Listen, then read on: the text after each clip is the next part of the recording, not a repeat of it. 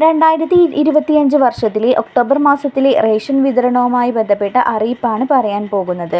എല്ലാ വിഭാഗം ration കാർഡുകാർക്കും അനുവദിച്ചിട്ടുള്ള 2025 October മാസത്തെ റേഷൻ വിതരണവുമായി ബന്ധപ്പെട്ട അറിയിപ്പ് നമുക്ക് അറിയാം. മഞ്ഞ കാർഡുകാർക്ക് 30 കിലോ അരിയും 2 കിലോ ഗോതമ്പും സൗജന്യമായിട്ട് ലഭിക്കും. 3 കിലോ ആട്ട 7 രൂപ നിരക്കിലും 1 കിലോ പഞ്ചസാര 27 രൂപ നിരക്കിലും ലഭിക്കും. പിങ്ക് കാർഡിലെ ഓരോ അംഗത്തിനും 4 കിലോ അരിയും 1 കിലോ ഗോതമ്പും സൗജന്യമായി ലഭിക്കുന്നതാണ്. കാർഡിൽ ആകെ അനുവദിച്ചിട്ടുള്ള ഗോതമ്പിൽ നിന്നും 4 കിലോ കുറച്ച് അതിന് 4 പാക്കറ്റ് ആട്ട 9 രൂപ നിരക്കിൽ ലഭിക്കുന്നതാണ്. നീല കാർഡിലെ ഓരോ അംഗത്തിനും 2 കിലോ അരി വീതം 10 രൂപ നിരക്കിൽ ലഭിക്കും. വെള്ള കാർഡുകാർക്ക് 2 കിലോ അരി കിലോക്ക് 10 രൂപ 90 പൈസ നിരക്കിലും ലഭിക്കുന്നതാണ്.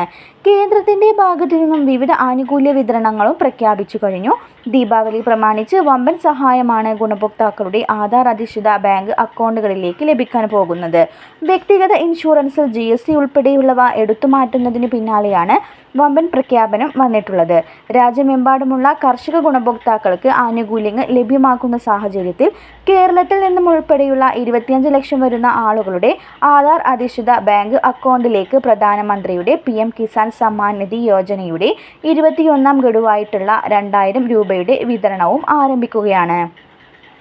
കേന്ദ്ര സർക്കാരിൻ്റെ വിവിധ വായ്പകൾ, കാർഷിക സഹായങ്ങൾ, അതുപോലെ PM കിസാൻ സമ്മാൻ നിധിയുടെ ഗഡുക്കൾ എന്നിവ മുടങ്ങാതെ ലഭിക്കാൻ വേണ്ടിയിട്ട് ഗുണഭോക്താക്കൾ തൊട്ടടുത്തുള്ള കോമൺ സർവീസ് സെൻ്ററുകളിലോ അല്ലെങ്കിൽ അക്ഷയ കേന്ദ്രങ്ങളിലോ ആയിട്ട് കർഷക ID കാർഡ് എടുക്കണമെന്ന് കേന്ദ്രത്തിൻ്റെ ഭാഗത്തു നിന്നും അറിയിപ്പ് എത്തിയിട്ടുണ്ട്.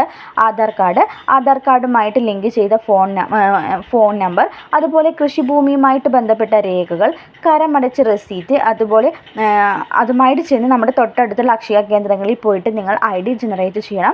അതുപോലെ തന്നെ കേന്ദ്ര പോർട്ടലിൻ്റെ തകരാറ് മൂലം ID ജനറേറ്റ് ചെയ്യാൻ കഴിയാത്തവരും ഇതുപോലെ ID ജനറേറ്റ് ചെയ്യേണ്ടതാണ്. അവരും തന്നെ ഈ സമയത്ത് ID ജനറേറ്റ് ചെയ്യണം. അതുമായി ബന്ധപ്പെട്ട സുപ്രധാന തീരുമാനങ്ങളെല്ലാം വരും ദിവസങ്ങളിലായിട്ട് തന്നെ എത്തിച്ചേരും.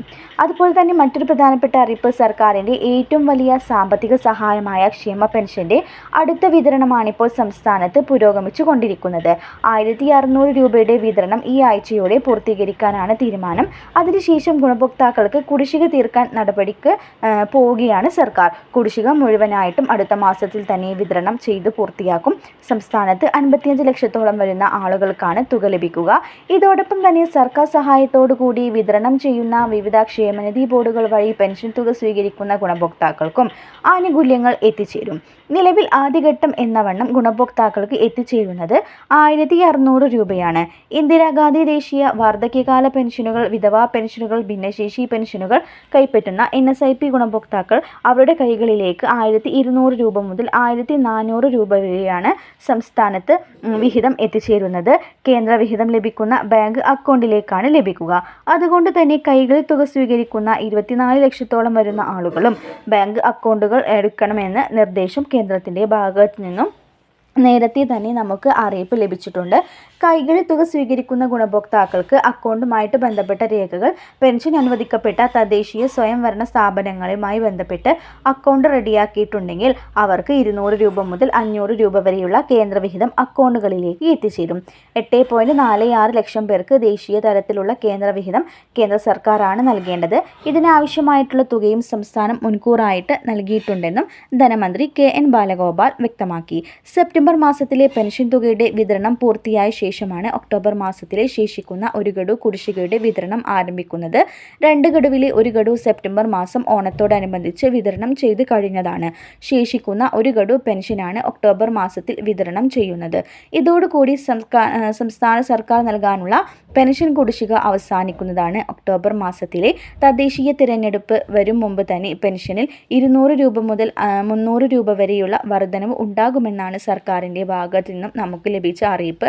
ഏറ്റവും അർഹതപ്പെട്ട ആളുകളുടെ അക്കൗണ്ടിലേക്ക് മാത്രമാണ് പണം എത്തിച്ചേരുന്നതിൻ്റെ ഭാഗമായി ഏറ്റവും പുതിയ വിതരണ ലിസ്റ്റിൻ്റെ അടിസ്ഥാനത്തിലാണ് തുക വിതരണം ഉണ്ടായിരിക്കുക. വാർദ്ധക്യകാല പെൻഷനുകൾ നിരവധി ആളുകൾക്കാണ് അനർഹമായിട്ട് കൈപ്പറ്റുന്നത്.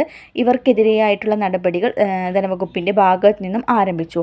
വാർദ്ധക്യകാല പെൻഷൻ അനർഹമായി കൈപ്പറ്റിയവർ പലിശ അടക്കം തിരിച്ചടക്കാൻ പഞ്ചായത്ത് സെക്രട്ടറിയുടെ അറിയിപ്പ് ലഭിച്ചു കഴിഞ്ഞിട്ടുണ്ട്. 18%, അതായത് 8% പലിശ അവർ തിരിച്ചടക്കണമെന്നാണ് നിർദ്ദേശം. അടുത്ത ദിവസങ്ങളിലായിട്ട് വാർദ്ധക്യകാല പെൻഷൻ, വിധവാ പെൻഷൻ, അതുപോലെ തന്നെ ഭിന്നശേഷി പെൻഷൻ എന്നീ പെൻഷനുകളിലൊക്കെ അനർഹമായിട്ട് ആരെങ്കിലും കൈപ്പറ്റുന്നുണ്ടോ എന്നുള്ള കർശന പരിശോധന സർക്കാരിൻ്റെ ഭാഗത്തു നിന്നും ആരംഭിക്കുന്നതാണ്.